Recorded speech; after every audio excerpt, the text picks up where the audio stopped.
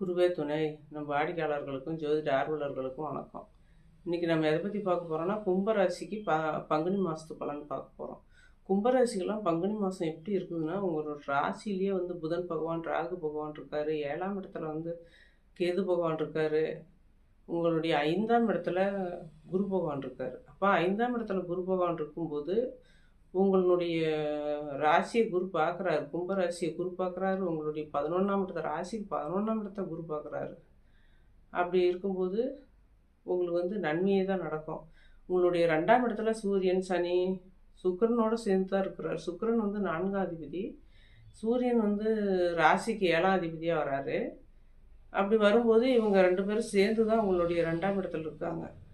அதனால அது ஒண்ணும் எந்த பிரச்சனையும் 2ஆம் இடத்துல இவங்க இருக்கிறதுனாலயும் உங்களுக்கு எந்த பிரச்சனைகள், சிக்கல்கள்லாம் வராது. உங்க ராசிய வந்து கும்பராசிய குரு பார்க்குறாருல்ல 9ஆம் பார்வையா 5ல குரு இருந்துகிட்டு 9ஆம் பார்வையா குரு பார்க்குறாரு. அதனால நல்லாயிருக்கும். எந்த ஒரு கெடுதல்களும் நடக்காது. பங்குனி மாசம் ரொம்ப ரொம்ப நல்லாயிருக்கும். வாழ்த்துக்கள்.